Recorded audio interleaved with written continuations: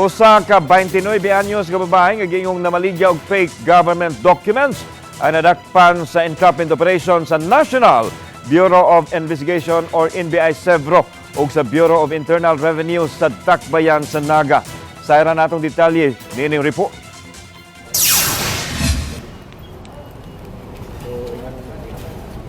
Sa video nga kuha sa NBI Sevro nasakpan sa akto ang suspect nga si Verlyn Subrayan nga namaligya og falsified government documents nga naglakip sa BIR tin cards og PhilHealth cards. Nadakpan ang suspect atol sa gipahigayong entrapment operation sa NBI ug sa BIR niadtong Setyembre 24 alas 6:30 gabi sa East Poblacion, Siyudad sa Naga. As far as our investigation is concerned, dugay-dugay na gyud.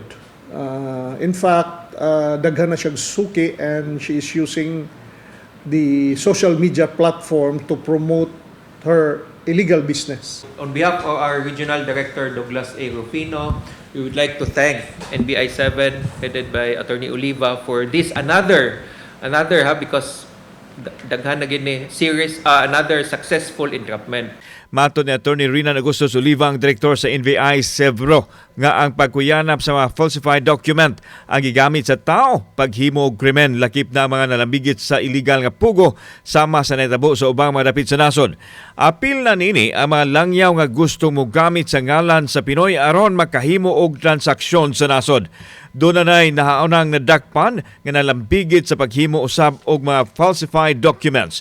This operation is a result of the prevalence of government documents being used by criminals, including those involved in illegal pogos.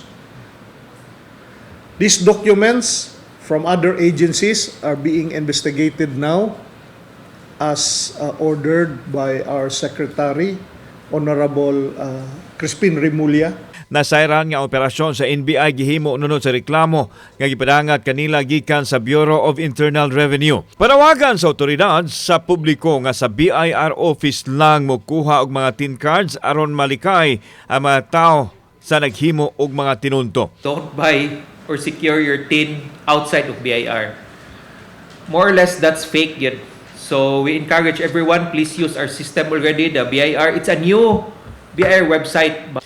Giangkon sa suspect nga gikan sa kauluhan ang mga printed BIR o PhilHealth cards nga gipadala kaniya og igo lang siyang namaligya nini. Duha na katuig siya nga naghimo niini tungod matod paskalisod sa pagbuhi sa duha niya ka mga anak. Kabalo ka nga kuani ka ng illegal? Oo, sir. Anong gihimo pa man nimo? Gusto lang ko makatabang, sir, ba? Okay, makataon sa mga trabaho nimo gawas ani? Awaw ko trabaho, sir, ko sa balay. Napasakaan na sa piskalya ug tukmang kaso ang dinakpan. Kauban si Clover Lumayag, ako si Alan Domingo. Balitag, Bisdak.